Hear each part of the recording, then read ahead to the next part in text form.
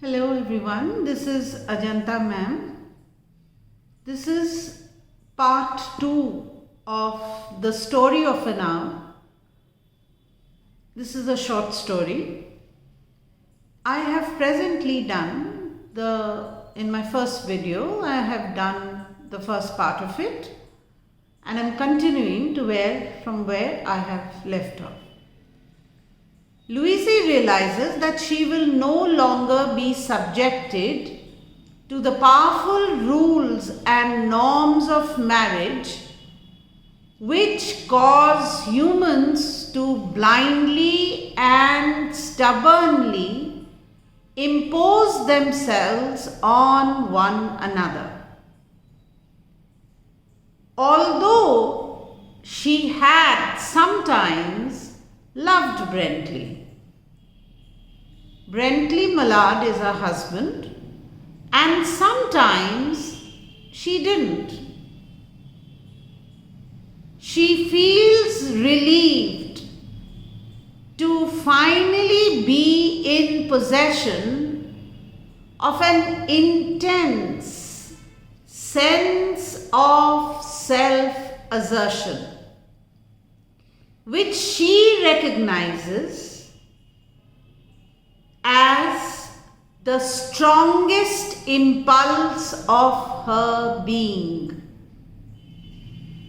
Deciding that value of love and marriage counts for very little when compared to her freedom of will, and therefore she ecstatically whispers, "Free body and soul free."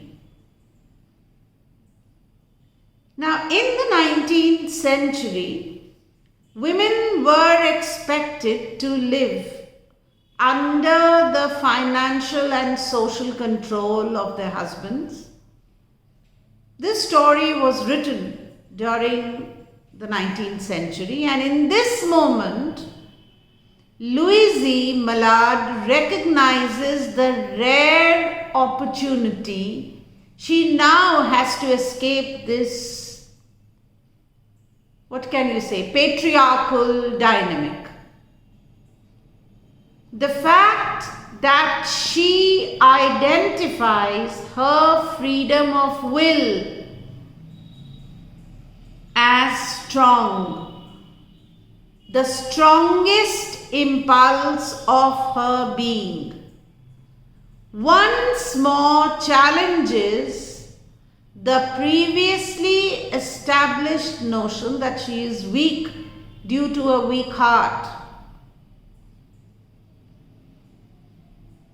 Whereas before, under marriage's oppressive control, she was viewed as a dependent woman who is dependent on others. Now, with the death of her husband, her self-assertion renders her both physically and emotionally free, as evidenced by her exclamation, "Body and soul free."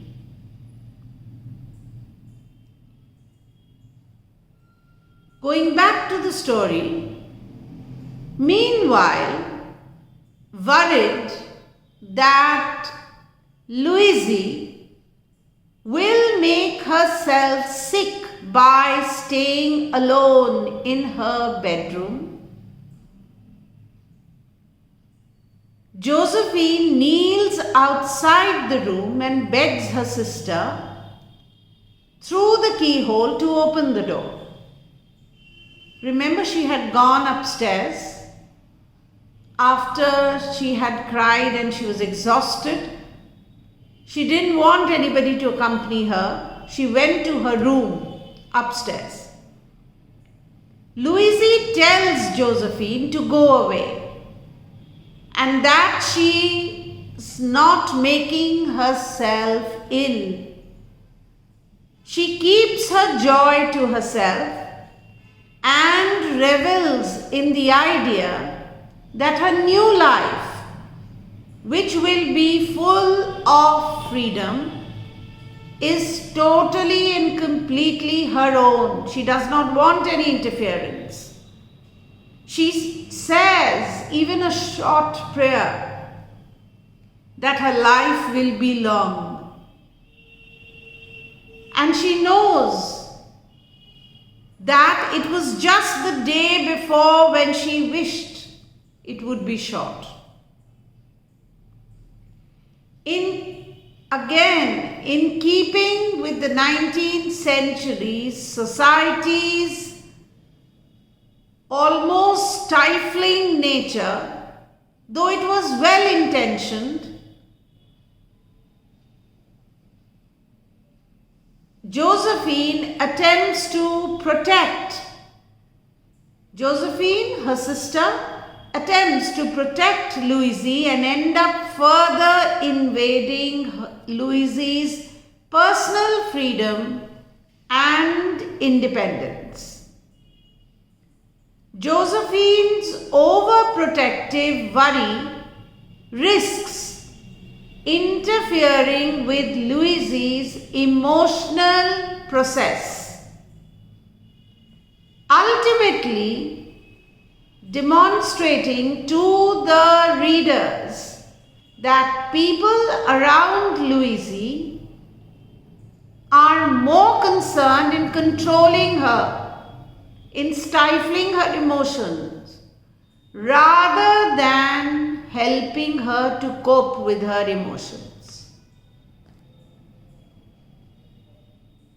Eventually, Louise rises from her chair and opens the door just as Josephine begs her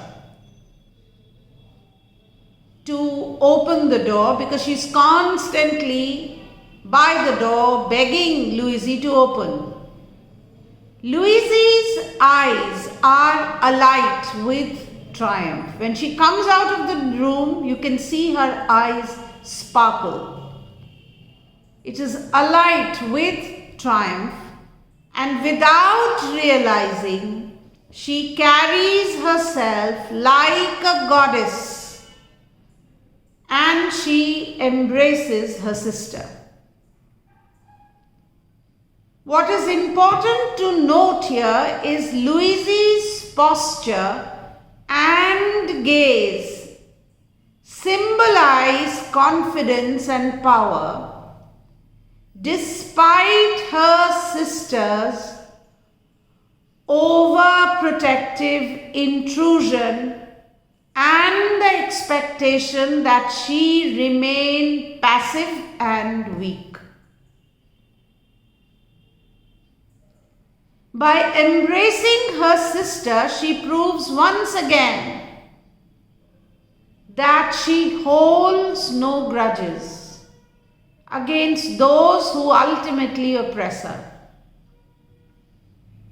What happens next is that together the two sisters descend the stairs where Richards is standing waiting at the bottom. As they do so, they hear the sound of the key opening the front door.